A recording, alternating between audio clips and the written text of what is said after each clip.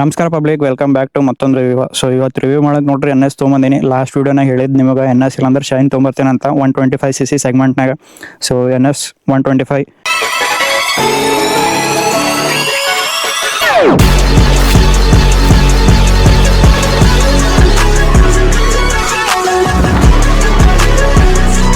ಮುಂದ್ಲಿಂದ ನೋಡಿದ್ರೆ ನಿಮಗೆ ಫಸ್ಟ್ ಇವು ಕಾಣೋದೇ ಇವು ಹೆಡ್ಲೈಟ್ ಕಾಣ್ತಾವೆ ನೋಡ್ರಿ. ಇವು ಹೆಡ್ಲೈಟ್ ಕಂಪ್ನಿ ಕ್ಲೇಮ್ ಮಾಡ್ತದ ವೂಲ್ 5 ಅಂತ. ಬಟ್ ನನಗೆ ಯಾವ ಆ್ಯಂಗಲ್ನು ವೂಲ್ 5 ಅಂತ ಹೇಳಿ ಕಾಣಿಸಲ್ಲ. LED ಸೆಟಪ್ ಇರ್ತದೆ ಇದು. And NS in full form ಹೇಳ್ತೀವಿ ನೋಡ್ರಿ. ಈಗ NS ಇನ್ ಫುಲ್ ಫಾರ್ಮ್ ಏನಂತಂದ್ರೆ ನೇಕೆಡ್ ಸ್ಪೋರ್ಟ್. ಸೊ ಭಾಳ ಜನ ಭಾಳಷ್ಟು ಹೇಳ್ತಾರೆ, ಬಟ್ ಕಂಪ್ನಿ ಕ್ಲೇಮ್ ಮಾಡೋದು NS ಇಂದು ಫುಲ್ ಫಾರ್ಮ್ ಏನಂದ್ರೆ ನೇಕೆಡ್ ಸ್ಪೋರ್ಟ್. ಇಲ್ಲಿ ನೋಡ್ರಿ ನಿಮ್ಗೆ 125 ಬ್ಯಾಚಿಂಗ್ ಸಿಗ್ತದ. NS ಇನ್ ಬ್ಯಾಚಿಂಗ್ ನೋಡ್ರಿ ಇಲ್ಲದ NS 125 ಅಂತ ಹೇಳಿ. ಅದ್ರ ಜೊತೆಗೆ ಪಲ್ಸರ್ ಬ್ಯಾಚಿಂಗ್ ಇಲ್ಲದ. ಮತ್ತೆಲ್ಲೂ ನಿಮ್ಗೆ ಬ್ಯಾಚಿಂಗ್ ಕಾಣಲ್ಲ. ಸೀಟ್ ಮೇಲೆ ಕಾಣ್ತದ, ಸೀಟ್ ಆಫ್ಟರ್ ಮಾರ್ಕೆಟ್ ಹಾಕ್ಸಿದದ. ಸೊ ಇಲ್ಲಿ ಕಾರ್ಬನ್ ಫೈಬರ್ ಫಿನಿಶ್ ಕಾಣ್ತದ. ಇದು ನೋಡ್ರಿ ಡಿಸೈನ 160 ಮತ್ತು 200ಗೆ ಭಾಳ ಸಿಮಿಲರ್ ಅದ. ಬಟ್ ಸಿಮಿಲರ್ ಅದ ನಾನು ಸೈಜ್ ಅದರಷ್ಟಿಲ್ಲ. ಸೈಜ್ ಸ್ವಲ್ಪ ಕಾಂಪ್ಯಾಕ್ಟ್ ಅದ. ವೀಲ್ ಬೇಸ್ನು ಭಾಳ ಸ್ವಲ್ಪ ಕಡಿಮೆ ಅದ. ಆ್ಯಂಡ್ ಇದ್ರ ಟೈರ್ಸ್ನಾಗ ನೋಡ್ರಿ ಡಿಸ್ಕ್ ಬ್ರೇಕ್ ಸಿಗ್ತಾವ. ಬಟ್ ಸಿಂಗಲ್ ಚಾನಲ್ ABS ಅಷ್ಟೇ ಅದ, ಡಬಲ್ ಚಾನಲ್ ಇಲ್ಲ. ಹಿಂದೆ ನಿಮಗೆ ಸಿಗಲ್ಲ ಡಿಸ್ಕ್ ಬ್ರೇಕ್. ಹ್ಯಾಂಡಲ್ ಬಾರ್ ಮೇಲೆ ನೋಡ್ರಿ kill switch, starter and pass, menu, indicator, horn.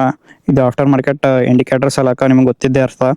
And console ಕಡೆ ಹೋದ್ರೆ ನೋಡ್ರಿ ಡಿಜಿಟಲ್ ಕನ್ಸೋಲ್ ಇರ್ತದ. Gear position, RPM, odometer, Bluetooth connectivity ಇರ್ತದೆ. ಅದ್ರ ಸಂಗಟ 125cc ನಿಮಗೆ ಇಲ್ಲಿ USB ಕನೆಕ್ಷನ್ ಕೊಟ್ಟಾರಿ. ಆನ್ ದ ಗೋ ನೀವು ಚಾರ್ಜ್ ಮಾಡ್ಕೊಂಡು ಹೋಗ್ಬೋದು ಆರಾಮಾಗಿ.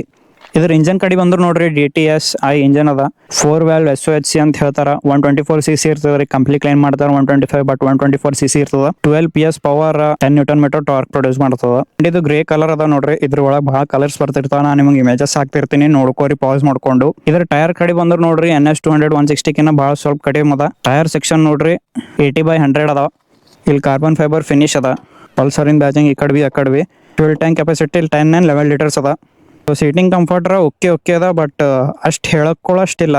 ಪಿಲಿಯನಿಗರ ಏನೂ ಇಲ್ಲ. ಗಾಡಿನಾಗ ಇನ್ನೊಂದು ಸ್ಪೆಷಾಲಿಟಿ ಏನಂದ್ರೆ ಎಕ್ಸಾಸ್ಟ್ ಹಾಕ್ಸೋದ್ರಲ್ಲಿಂದ ಸ್ವಲ್ಪ ಪರ್ಫಾರ್ಮೆನ್ಸ್ನ ಇಂಕ್ರೀಸ್ ಬರ್ತದೆ ಅಂತ ನೀವು ಅನ್ಕೋತಿರ್ಬೋದು. ಬಟ್ 125cc ಅಷ್ಟೇನು ಎಕ್ಸ್ಟ್ರಾ ಪರ್ಫಾರ್ಮೆನ್ಸ್ ಬರಲ್ಲ. ಸ್ವಲ್ಪ ಲೈಟಾಗಿ ನಿಮಗೆ ಇಂಪ್ರೂವ್ಮೆಂಟ್ ಅನ್ಸ್ಬೋದು, ಬಟ್ ಅಷ್ಟೇನು ಜಾಸ್ತಿ ಪರ್ಫಾರ್ಮೆನ್ಸ್ ಬರಲ್ಲ. ಆ್ಯಂಡ್ ಈ ಗಾಡಿನಾಗ ಒಂದು ಏನು ಮೇಜರ್ ಕಾನ್ ಏನು ಅನ್ಸಿದೆ ಅಂದ್ರೆ ಇಲ್ಲ ನೋಡ್ರಿಗ, ನೀವು ಕೈ ಹಿಂಗೆ ಹಿಡಿದಿದ್ರಿ, ಗಾಡಿ ಹಿಂಗೆ ಮಾಡಿದ್ರಿ ಅಂದ್ರೆ ನಿಮಗೆ ಬಡಿಯೋ ಚಾನ್ಸಸ್ ಇರ್ತದೆ. ನನಗೆ ಆಲ್ರೆಡಿ ಬಡ್ದು ಒಂದ್ಸಲಿ. ಎಕ್ಸಾಸ್ಟ್ ಹಾಕ್ಸಾರಲ್ರಿ, ಎಕ್ಸಾಸ್ಟಿಂದ ಸೌಂಡ್ ಕೇಳಿಸ್ತೀನಿ ಅಂತ ಬರ್ರಿ. ಹಂಗೆ ಇದು ಗಾಡಿದೇನು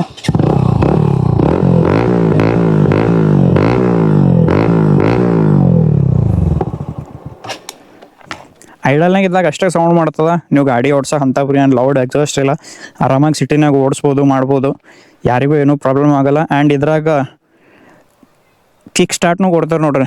ಬೆಸ್ಟ್ ಅಂತೀನಿ ಈ ಗಾಡಿಗಳಿಗೆ. ಬಟ್ ತೆಗಿಬೋದು, ಅದೇನು ಅಂತ ಪರಿ ಯೂಸ್ಫುಲ್ ಇಲ್ಲ ಈ ಗಾಡಿಗೆ. ಇದ್ರ ಕೀ ನೋಡ್ರಿ, ರೈಡ್ ಮಾಡಿ ನೋಡಂಬರ್ರಿ, start ಮಾಡಂಬರ್ರಿ.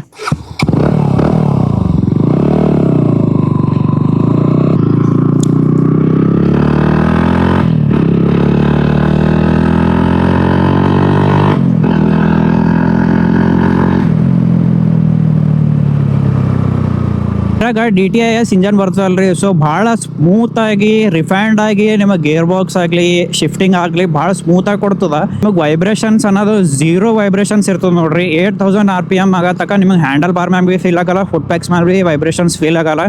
So all credit goes to DTIS engine. ಇದ್ರ ಪಿಕಪ್ ಬಗ್ಗೆ ಮಾತಾಡಿದ್ರೆ ನಿಮಗೆ ಹೈವೇ ಮೇಲೆ ಅಷ್ಟೊಂದು ಏನು ಪಿಕಪ್ ಇರಲ್ಲ. ಯಾಕಂತಂದ್ರೆ 125cc ಇಂಜನ್ ಇರೋದ್ರಲ್ಲಿಂತ ಸ್ವಲ್ಪ ಲ್ಯಾಗಿಯಾಗಿ ಫೀಲ್ ಆಗ್ತದೆ. ಬಟ್ ಸಿಟಿನಾಗ ನೀವು ಆರಾಮಾಗಿ ಸಂದೆಂದು ಹೋಗ್ಬೋದು, ಏನು ಪ್ರಾಬ್ಲಮ್ ಆಗಲ್ಲ. ಸಿಟಿ ಒಳಗೆ ಪಿಕಪ್ ಭಾಳ ಚಂದ ಅದ. ಇದ್ರ ಬ್ರೇಕಿಂಗ್ ಬಗ್ಗೆ ಮಾತಾಡೋದ್ರ ನೋಡ್ರಿ, ಸಿಂಗಲ್ ಚಾನಲ್ ABS ಅದ. ಫ್ರಂಟ್ ABS ಅಷ್ಟೇ ಇರ್ತದ. ಡಿಸ್ಕ್ ಬ್ರೇಕ್ ಅದ, ಹಿಂದ ಡ್ರಮ್ ಬ್ರೇಕ್ ಅದ. ನೀವು ಹಿಂದಿನ ಬ್ರೇಕ್ ಹಿಡಿದ್ರಂದ್ರೆ 2 ಬ್ರೇಕ್ ಹಿಡಿತಾವ. ಬ್ರೇಕಿಂಗ್ ಮೀಡಿಯಮ್ ಅದ ರೀ, ಡೀಸೆಂಟ್ ಅದ. ಏನು ಅಂತ ಪರಿ ಜಾಸ್ತಿ ಅಗ್ರೆಸಿವ್ ಆಗನೂ ಇಲ್ಲ, ಭಾಳ ಕಡಿಮೆನೂ ಇಲ್ಲ, ಡೀಸೆಂಟ್ ಅದ ಬ್ರೇಕಿಂಗ್. ಇದ್ರ ಮೈಲೇಜ್ ಬಗ್ಗೆ ಮಾತಾಡೋದ್ರ ನೋಡ್ರಿ, ಮೈಲೇಜರ ನಿಮಗೆ ಎಕ್ಸಾಸ್ಟ್ ಹಾಕಿದ್ರಲ್ಲಿಂತ ಒಂದು 30 ಕೊಡುತ್ತದ ಅಷ್ಟೇ. ಅದು ಲಾಂಗ್ ಹೊಂಟಿದ್ರಂದ್ರೆ 30-35 ಕೊಡ್ತದ. ಕಂಪ್ನಿ ಕ್ಲೇಮ್ ಮಾಡೋದು ಆ್ಯಂಡ್ ಗೂಗಲ್ನ ಕ್ಲೇಮ್ ಮಾಡೋದು 50-60 ಕ್ಲೇಮ್ ಮಾಡತ್ತಾರ. ನನಗರ ಅನ್ಸಿದ ಮಟ್ಟಿಗೆ ಅಷ್ಟು ಬರಲಿಕ್ಕಿಲ್ಲ. ಬರ್ತಿತ್ತು. ನೀವು ಯಾರನ್ನ ಯೂಸ್ ಮಾಡಿದ್ರಿ, ನೀವು ತೆಗ್ದಿದ್ರಿ ಅಂದ್ರೆ ಕಮೆಂಟ್ ಸೆಕ್ಷನ್ದಾಗ ಹೇಳ್ರಿ. ಆ್ಯಂಡ್ ಕಂಪ್ನಿ ಕ್ಲೇಮ್ ಮಾಡೋದು ಟಾಪ್ ಸ್ಪೀಡ 103 and 105 ಅಂತ. ಸೊ ಅದೂ ನನಗೆ ಅಚೀವ್ ಮಾಡ್ಕೋತೇನಂತ ಹೇಳಿ ಡೌಟ. ಯಾಕಂದ್ರೆ ನಾ ಲಾಸ್ಟ್ ಟೈಮ್ ಕುಸ್ನೂರು ಗುಡ್ಡಕ್ಕೆ ಹೋದಾಗ ಟ್ರೈ ಮಾಡಿದೆ, ಬಟ್ 90 ಟಚ್ ಮಾಡೋಕ್ಕಾಗಲ್ಲೋಗೈತ್ರಿ ಇದು ಗಾಡಿ. 90 ಟಚ್ ಮಾಡ್ಲಕ್ಕೂ ಭಾಳ ಅಳ್ಳತ್ತಿತ್ತು ಅಂತ ತಿಳ್ಕೊರಿ ಗಾಡಿ. ಎಕ್ಸಾಸ್ಟ್ ಹಾಕಿದ್ರಲಿಂತ ಆ ಪ್ರಾಬ್ಲಮ್ ಆಗತ್ತ ಏನಿಲ್ಲ ಗೊತ್ತಿಲ್ಲ. ಆ್ಯಂಡ್ ಇದ್ರ ಎಕ್ಸಾಸ್ಟಿಂದು ಡಿ ಕಿಲ್ಲರ್ ಎಲ್ಲೋ ಮುರಿದು ಬಿದ್ದದಂತ. ಸೌಂಡ್ ಕೇಳ್ಬೋದು ನೀವು, ಅಂಥ ಏನು ಡಿಸ್ಟರ್ಬಿಂಗ್ ಇಲ್ಲ, ಓಡಿಸ್ಬೋದು ಆರಾಮ ಸಿಟಿನಾಗ.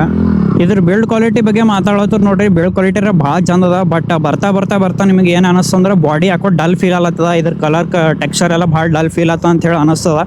ಬಟ್ ಬಿಲ್ಡ್ ಕ್ವಾಲಿಟಿರ ಓಕೆ ಅದ. ಆ್ಯಂಡ್ ನಿಮಗಿದು ಡ್ಯಾಶ್ಬೋರ್ಡ್ ನೋಡಿದ್ರೆ ಇಲ್ರಿ, ಡಾಮಿನಾರ್ ಅಂತ ಬರ್ತದೆ. ಯಾಕಂದ್ರೆ ಡಾಮಿನಾರ್ನಾಗೂ ಫಸ್ಟ್ ಹಿಂಗೆ ಬರ್ತಿತ್ತು ಡ್ಯಾಶ್ಬೋರ್ಡ.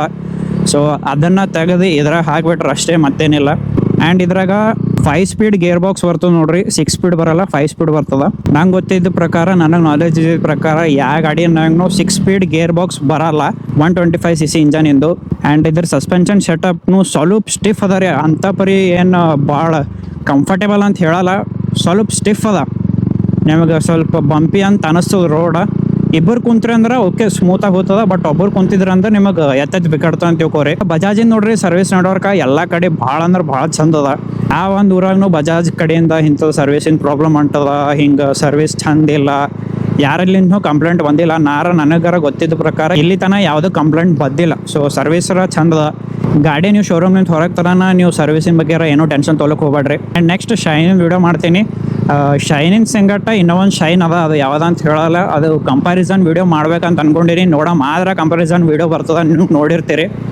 ಶೈನ್ ನನ್ನ ಎದುರು ಶೈನೇ ಬತ್ತು ನೋಡ್ರಿ. ಶೈನ್ 100 ವರ್ಷ ಇರ್ತದೆ, 100 ವರ್ಷ ಶೈನ್. ಏನೇನಾಗ್ತದೆ ಏನೇನಿಲ್ಲ.